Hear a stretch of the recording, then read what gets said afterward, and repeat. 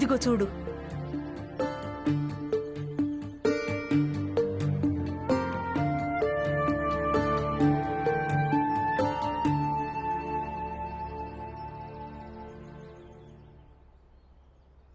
దలియమ్మ, ఇది నా వల్ల కావడం లేదు. ఏం పర్లేదు, ప్రయత్నమైతే చేసావుగా. ఇవాళ్లే మొదటి రోజు, మెల్లమెల్లగా అలడం నేర్చుకుంటావు.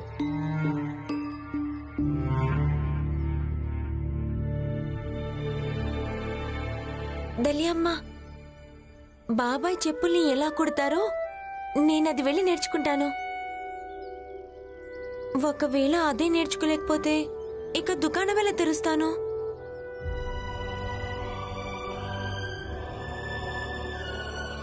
బాబాయ్, మీరే చెప్పుల్ని ఎలా కుడతారో నాకు కూడా నేర్పించొచ్చు కదా. వెళ్ళిపో ఇక్కడి నుంచి.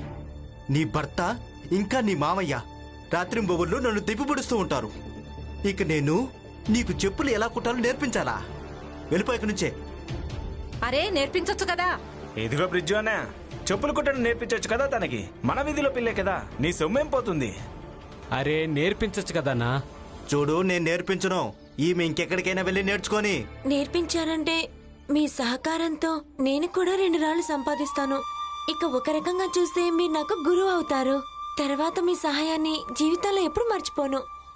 లే లే ఇక్కడి నుంచి. ఒకసారి చెప్పాను కదా నేను నేర్పించను అని. అంటే నీకు అర్థం కావట్లేదా? నాకు ఎవరికి గురువు కావాలని లేదు. నా కన్న కొడుకే నేర్పించాలనుకున్నాను.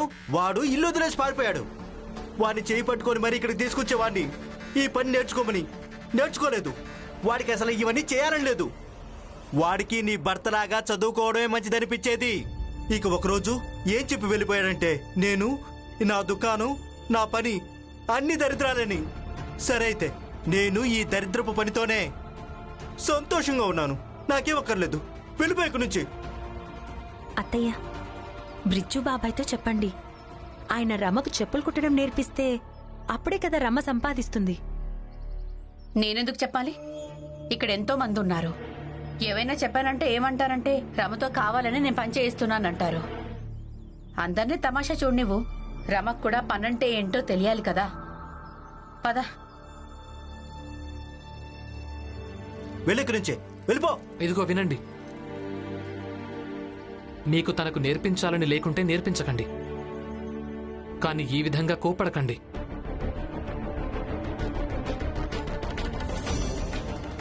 రమా, ఒక గ్లాస్ మంచినీళ్ళు ఇస్తావా?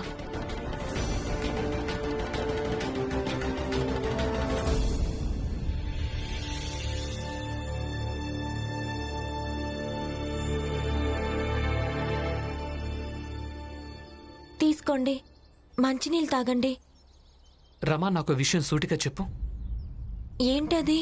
నాకు కుండతో మంచినీళ్లు తాగించింది ఆ కొంగు కప్పుకున్న అమ్మాయివి నువ్వేనా?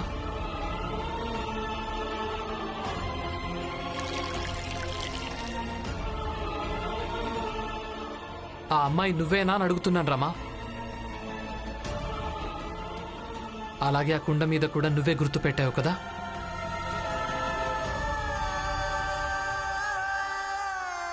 ఆ గుర్తు నువ్వే పెట్టావు కదా రమా. రమా, నేను అడుగుతోంది నిన్నే రమా. రమా, ఆగు. నాకు జవాబివ్వు, ఎందుకంటే నీ జవాబు నాకు చాలా ప్రధానమైంది. ఏంటి? ఏమైంది భీమ్?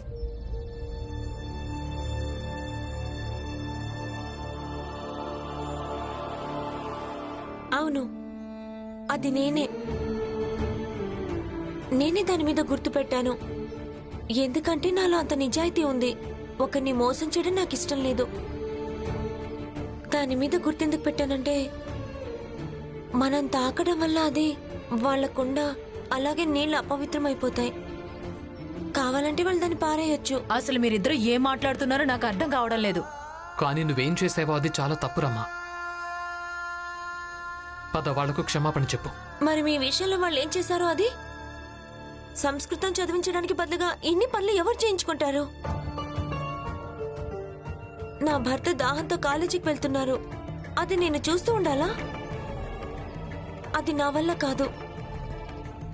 అయినా నేను అనుకుంటే దాని మీద గుర్తు పెట్టకుండానే వచ్చేదాన్ని. తర్వాత నాకు మీరే గుర్తొచ్చారు. అందుకే నాకు అది పాపం అవుతుందనుకున్నా. చెప్పాలంటే నేను అసలు ఏం తప్పు చేయలేదు.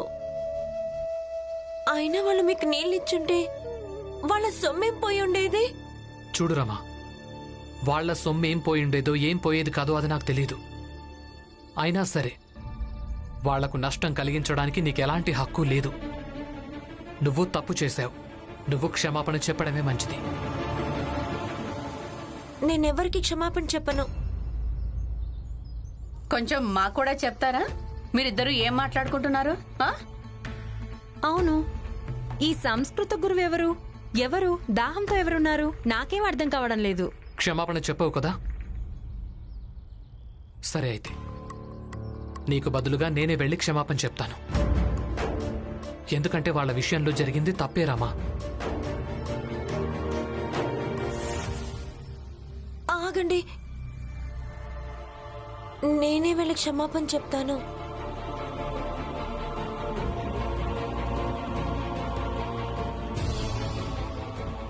రమా, రమా, భీమ్, ఏమైంది? వీళ్ళిద్దరు ఎక్కడికెళ్లారు? తెలీదమ్మా. ఇద్దరూ లోపల గొడవ పడ్డారు, తర్వాత వెళ్ళిపోయారు.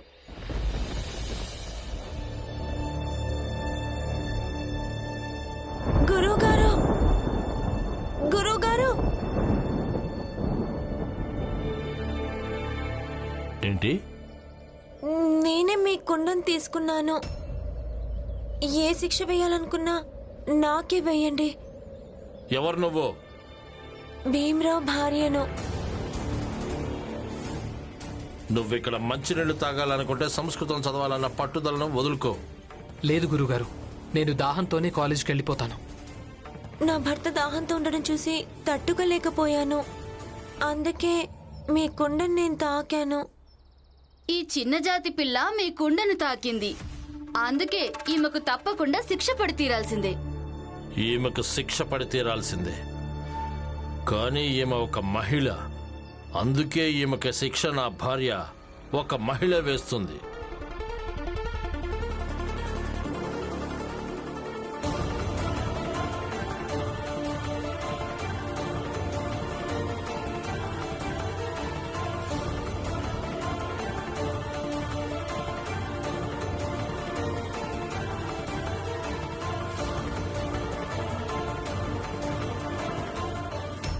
పెద్ద జాతి వాళ్ళ కుండను తాకినందుకు నీకు శిక్ష ఏంటంటే నేను లెక్కబెట్టి మరీ ఈ బెత్తంతో నిన్ను 25 దెబ్బలు కొడతాను.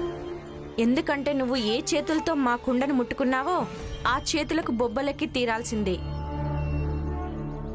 చెయ్యి ముందుకు చాచు. ఏయ్, ఏంటలా చూస్తున్నావు? చెయ్యి ముందుకు చాపు. చెయ్యి ముందుకు చాపు.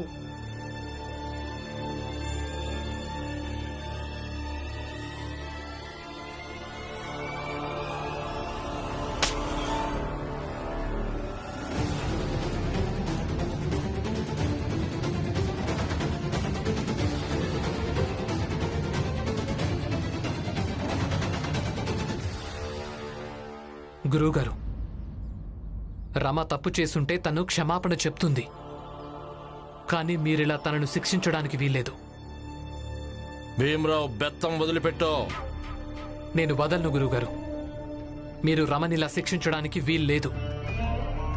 శాస్త్రి గారు, అసలు మీరేం గురువులండి? ఒక చిన్న జాతికి చెందిన కుర్రవాడు అసలు మీ మాట వినడం లేదు. ఈ అంటరాని కుర్రవాడి దృష్టిలో గురువుకి ఎలాంటి గౌరవమే లేదు. మన ముందు ఎవరు ఎప్పుడు తలెత్తుకొని నిలబడలేదో ఈ రోజు వాడు రొమ్ము ఇరుచుకొని మనకే ఎదురు సమాధానం చెప్తున్నాడు. శాస్త్రి గారు, అసలు మీరు ఇవన్నీ ఎలా సహించగలుగుతున్నారు? భీమరావు, ఆలోచించుకో. సంస్కృతం చదవాలి అనుకుంటే బెత్తాన్ని వదిలేయి. లేదు గురువుగారు, భార్య ముందు ఎంచుకోవడానికి వేరే ఇంకేదీ ఉండదు. మీరు నాకు సంస్కృతం చదివించండి లేదా చదివించకండి. నేను చదివినా చదవకపోయినా కానీ రమను రక్షించుకోవడం అనేది నా బాధ్యత అవుతుంది. సరే అయితే . బెత్తం వదిలేసి వెళ్ళిపోయి ఇక్కడి నుంచి. నువ్వు షరతులో ఓడిపోయావు. అందుకు నువ్వు నన్ను మాత్రం నిందించొద్దు. అలాగే గురుగారు.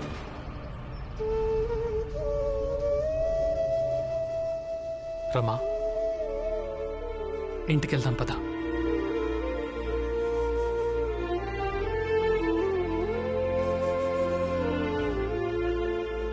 రమా, పద ఇక్కడి నుంచి. లేదు, ఇప్పటి వరకు కేవలం నా భర్త తన ధర్మాన్ని పాటించారు. ఇప్పుడు తన భార్యగా తన ధర్మాన్ని పాటిస్తుంది. గురువు గారు, నా భర్త తన షరతులో ఓడిపోయి ఉండొచ్చు, కానీ మీరు తనకు సంస్కృతం చదివించినంత వరకు నేను ఇక్కడి నుంచి ఒక్క అడుగు కూడా వెయ్యను.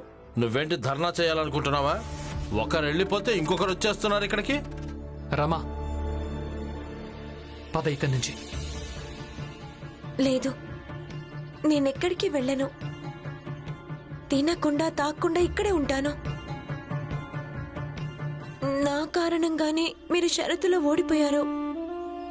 ఇక నేను మిమ్మల్ని ఎక్కడైనా సరే, ఏ రూపంలో అయినా సరే ఓడిపోవడం చూసి నేను తట్టుకోలేను. ఈమె ధైర్యాన్ని మెచ్చుకోవాల్సిందే.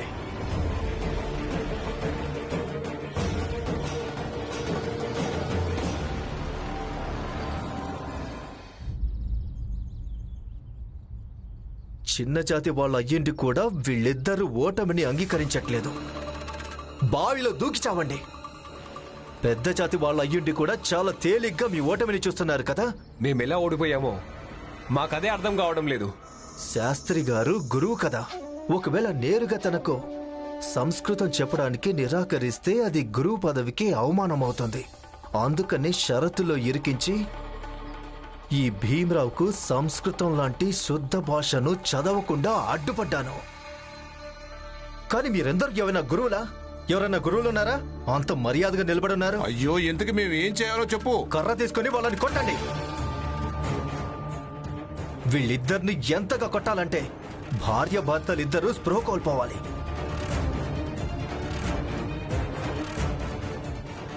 ఎవరి నీడనైతే మనం మన దగ్గరికి కూడా రానివ్వమో వాళ్ళను మీరంతా వాకిట్లో నిలబెట్టుకున్నారా? చుట్టుపక్కల ప్రాంతాల్లో అన్నింటికంటే చాలా ధార్మికమైన ఇల్లిది. పూజలు, పునస్కారాలు, యజ్ఞాలు, హోమాలు అన్నింటికంటే ఈ వీధిలోని ఎక్కువగా జరుగుతుంటాయి. ఇంకో విషయం చెప్పాలంటే అందరూ ఈ వీధి మీద ఈశ్వరుని కృప ఉందని కూడా అనుకుంటుంటారు. కానీ నన్ను మన్నించండి, మీరంతా దీన్ని అశుద్ధంగా మారుస్తున్నారు. రేపు ఈశ్వరునికి కోపం వచ్చిందంటే దానికి బాధ్యులు స్వయంగా మీరే అవుతారు. నరోత్తం చెప్పింది నిజమే. మీరంతా వీళ్ళిద్దరిని ఇక్కడి నుంచి వెళ్ళగొట్టండి. సరే, నేను రమను తీసుకొని ఇక్కడి నుంచి వెళ్ళిపోతున్నాను. ఇంకెప్పుడు మేమీ వీధిలో కూడా అడుగు పెట్టాం. పదరమా. ఆగు, వీడి మాటలు నమ్మకండి. వీడు చాలా మొండి. పెద్ద జాతి వాళ్ళ వీధిలోకి అడుగు పెట్టినందుకు వీడికి తప్పకుండా శిక్ష వెయ్యాలి. అప్పుడే వీడి మనోబలం తగ్గిపోతుంది. లేదంటే వీడికి ధైర్యం పెరుగుతూనే ఉంటుంది. ఈరోజు వీధిలోకి వచ్చాడు, రేపు మీ ఇంటిలోకి వస్తాడు, అలాగే ఎల్లుండి మీ జీవితాల్లోకి వస్తాడు. నిజం చెప్పావు. వీడికి బుద్ధి చెప్పి తీరాల్సిందే. అవును, ఖచ్చితంగా బుద్ధి చెప్పాల్సిందే. పద, కర్ర తీసుకో. మీరేం చేస్తున్నారు?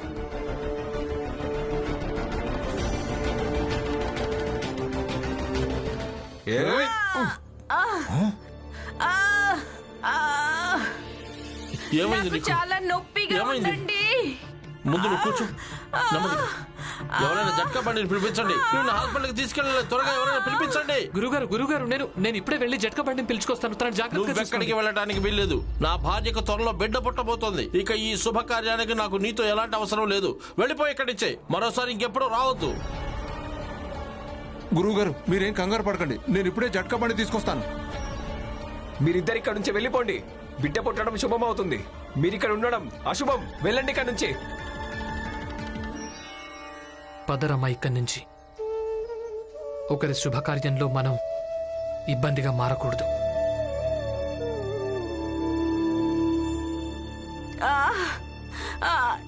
చాలా తీవ్రంగా నొప్పెడుతుంది. గురువు గారు, ఇక నేను బయలుదేరుతాను. ఎలాంటి అవసరం వచ్చినా సరే, ఆరోగ్యం ఎలా ఉన్నా సరే నాకు చెప్పండి.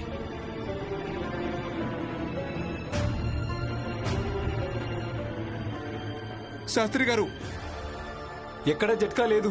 జట్కా దొరకలేదు. ఎవరైనా ఏదైనా చేయండి, నా భార్యని కాపాడండి, ఏదో ఒకటి చెయ్యండి.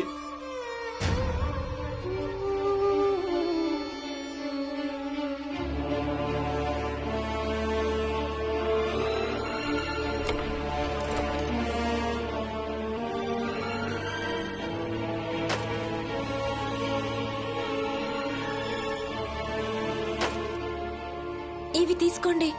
ఇద్దరం కలిస్తే తీసుకెళ్లడం తేలికవుతుంది. తీసుకోండి. తప్పుకోండి. గురుగారు, నేను జట్కా బండి తీసుకొచ్చాను, వెంటనే ఇవ్వండి, ఇందులోకి ఎక్కించండి త్వరగా. కానీ గుర్రం ఎక్కడుంది? వీళ్ళిద్దరూ ఉన్నారు కదా, వీళ్ళిద్దరే గుర్రాల్లా మారిపోతారు. అయినా వీళ్ళు ఏ జాతి వాళ్ళు? వాళ్ళ పనే మనకి సేవ చేసుకోవడం.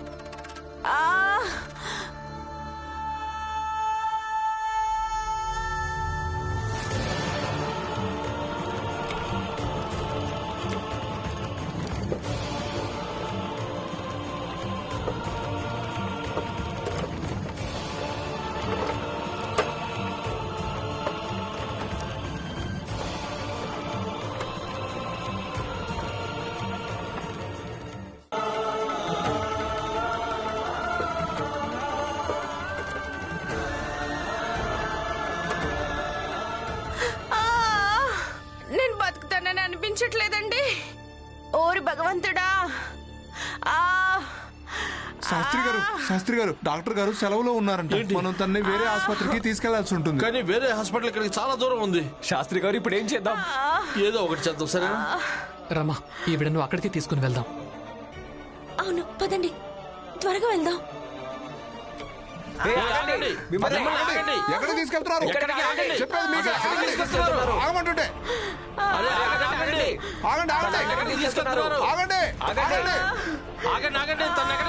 దలియా అమ్మ! అత్తయ్య!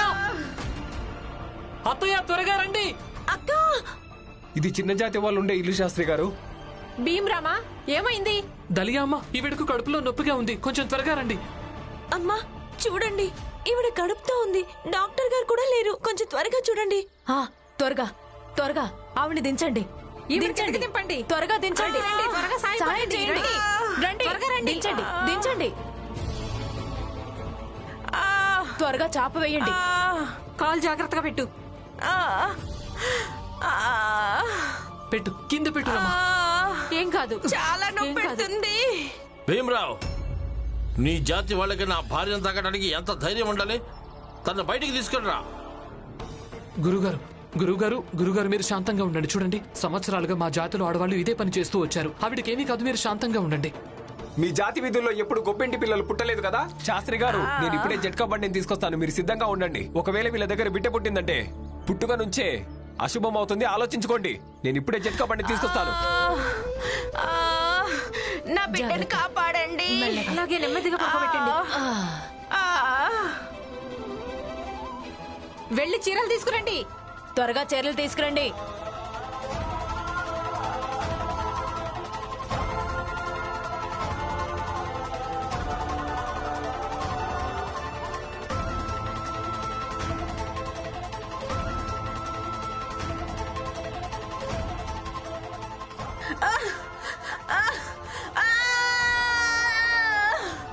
ఆవిడ పెద్ద జాతికి చెందిన ఆవిడ. అక్కడ వాళ్ళు గుమ్మం దగ్గరుండే కేకలేస్తున్నారు.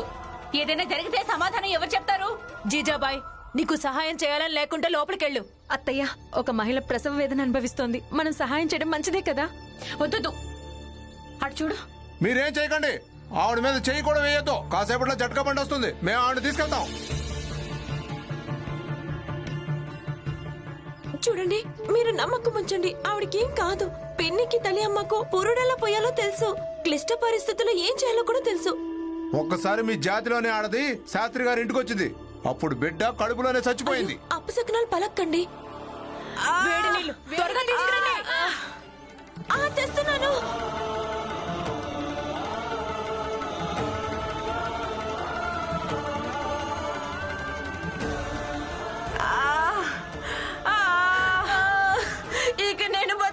నీకేం కాదు మేమున్నాం కదా. మనం ఏదో డాక్టర్ దగ్గరికి వెళ్ళాలనుకున్నాం, ఇలా ఇరుక్కున్నామేంటి శాస్త్రి గారు? ఇదిగో చూడు భీమరావు, నా భార్యకు గానీ బిడ్డకు గానీ ఏదైనా అయిందంటే మిమ్మల్ని వదిలిపెట్టను. లేదు గురువుగారు, ఆవిడకి ఏమీ కాదు. మీరు శాంతంగా ఉండండి. అసలు ఈ భీమరావు ఎప్పుడొచ్చినా ఏదో కొత్త ఆపదను తీసుకొస్తూనే ఉంటాడు. ఒకవేళ ఆ బిడ్డకు ఏమైనా అయిందంటే అప్పుడు వాళ్ళు మనందరినీ వదిలిపెట్టరు. ఏమీ కాదు, కొంచెం ఉంచుకో అమ్మా, కొంచెం ఉంచుకో.